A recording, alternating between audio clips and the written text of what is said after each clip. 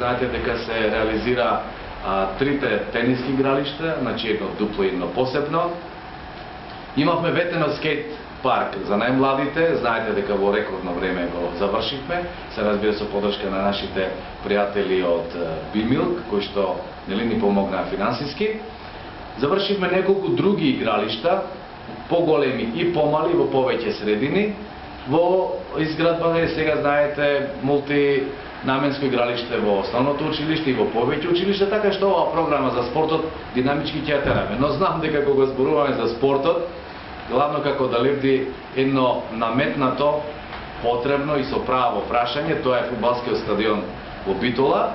Тука сакам да ви кажам дека веднаш после изборите презедовме активности, бидејќи сите сакаме да имаме еден убав стадион во Битола. Ги направивме потребните мерења, разговаравме со надлежните кои што можете финансиски да ни помогнат и се разбира дека сите изразија добра желба да ни помогнат. Сега сме во завршна фаза на тендерот со кој што избираме проектант кој што треба да го проектира стадионот во Битола.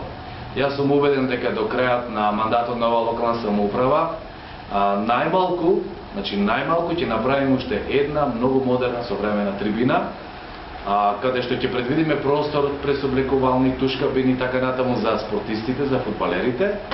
Тоа е најмалку, а убеден сум дека ќе успееме да го завршиме целиот стадион.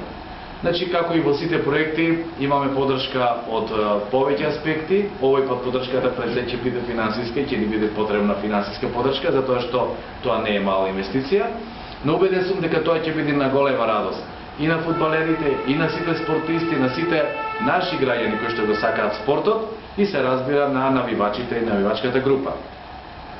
Од тука можам да заклучам дека со добивањето на ингеренциите и со внесување директно во програмата развој на спортот во Битола, мислам дека веќе се создаваат максимални услови за постигнување на поголеми резултати од досегашното. Така што сите ние бевме сведоци пред неколку седмици дека можеби јас барем не се сеќавам порано да било така, веројатно има од вашите колеги кои што се поискусни, нека ме коригираат ако е поинаку, но откако памтам барем по ново време Независна Република Македонија, мислам дека за прв пат Пелистер, фудбалскиот клуб Пелистер, како прв на табелата го пречека ФК Вардар на свој терен. Порано ми се чини дека такво нешто не се имаше случајно и навистина беше возбудливо и со воодушевување гледав колку многу голем интерес има кај навивачите, кај спортската јавност, кај нашите граѓани, што значи концептот за стадион е максимално оправдан и максимално ќе се потрудиме да го реализираме. Значи имаше река на луѓе, посетители кои што доаѓаа на трибината, таа беше преполна и можеби уште скоро, можеби не толку, но уште 1000 до 1500 наши сограѓани не успеа да влезат и да проследат утакмицата. Мислам дека таа возбуда мора да им ја овозможиме и се надевам дека следниот период ќе вложиме максимално сили и ќе успееме да го реализираме и тој проект. Понатаму, тука само да подсетам, ви кажав дека овој период, овој дел од локалната самоуправа максимално ќе вложиме во спортот и во културата и дека заеднички тука ќе вложиме најмалку 1 милион евра. Така и е. Во спортот веќе преку 50% е вложено, значи можам да ви кажам дека до сега со сите овие активности имаме, не е завршена годината се уште, веќе над 35 милиони денари вложено, а тоа значи дека следната година ќе се обидиме овој буџет да го зголемиме, бидејќи интересот и потребите го покажуваат и укажуваат на тоа. Паркирање, за кое што максимално се подготвуваме, и после прославата некаде ми се чини на 21 ноември би требало да стартува зонското паркирање во Битола, ќе биде тоа во неколку фази. Прво ќе регулираме А зоната, односно првата зона, бидејќи знаете се работи за 3 зони, прва, втора и трета или А, Б и В. Првата зона ни е многу значајна и можеби најсложена или комплицирана за решавање и затоа прво ќе се концентрираме на првата зона, така што останатите зони исто така и понатаму нема да се плаќаат. А некаде после 6 месеци ми се чини од прилика, ќе се обидиме да изрегулираме зоната Б и после тоа, после неколку месеци и третата зона. Во секој случај, овие денови преговараме и со луѓето кои што добија можност да стопанисуваат со овој дел, така што мислам дека општина Битола веројатно ги дава најдобрите поволности. Вие знаете дека се работи за една поволност, не знам по другите општини дали има, тоа беше под директна наша сугестија.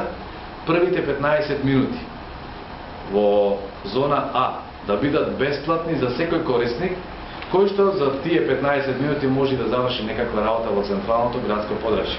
Значи тој доаѓа, го остава своето возило, за 5, 10 до 15 минути ништо нема да плаќа, а после тоа се разбира, знаете, 30 денари за 2 часа, што би значило 15 денари за 1 час.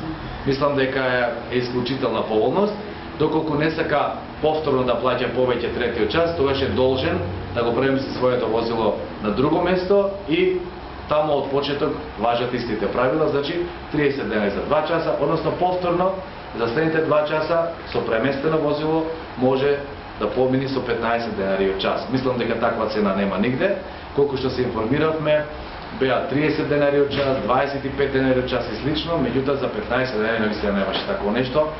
И понатаму се зголемува финансискиот аспект по час, затоа што не затоа што сакаме на оној кој што доби концесија нели врз ова област да зема повеќе пари да наплаќа, туку во А зоната да обезбедиме поголем простор и побрзо паркирање. Значи да не се задржуваат возилата непотребно во централната зона, бидејќи навистина има потреба и други граѓани да се паркираат на истите места. Значи тоа е исто така новина. И се надевам дека и тоа успешно ќе го направиме. Се разбира заедно со Сообраќајниот факултет, имам изготвена сообраќајна студија пред неколку години. Таа максимално не користи сега, кога веќе имаме изградена патна инфраструктура веќе над 80%. Јас сум убеден дека ова локална самоуправа до крајот на нашиот мандат, овој сегашен мандат, сите заедно ќе ги завршиме и најсериозно комплицираните улици во централното градско подрачје, каде што има стари градски јадра. Малку ќе замолиме и тогаш за трпение на граѓаните, затоа што таму треба максимална реконструкција и на водоводната мрежа, и на канализацијата, и ново тампонирање и така натаму, а тоа не оди така брзо. Што значи дека мислам дека негде над 90% да не бидиме премногу сега да речам субјективни, да кажем дека 100% ќе завршиме се, но убеден сум дека до крајот на нашиот мандат над 90% од сите улици кои што се во градот имаме намера да ги асфалтираме и да ги средиме. Ете така, отприлика сигурно има уште многу теми, значајни теми, но во секој случај јас се обидов барем на овие клучни и кои што се најзначајни во овој период, или барем сега сме максимално концентрирани на нив, затоа што знаете во програмата имаме проекти кои што ги предвидовме 2013, па дел 14, 15 и така натаму, дел не се ни започнати, затоа што не се ни предвидени сега да бидат започнати, се предвидени да речеме некои 14, некои 15, а веќе некои ги завршуваме сега. Така, почитувани присутни, јас овде ќе привршам. Доколку имате прашања, ви сте на располагање за одговори, а ја користам приликата и вас, и на нашите граѓани преку медиумите, уште еднаш да го честитам 4 ноември, денот на ослободувањето на Битола, да посакам добро здравје, личен успех во професијата и се разбира хармонија во семејството.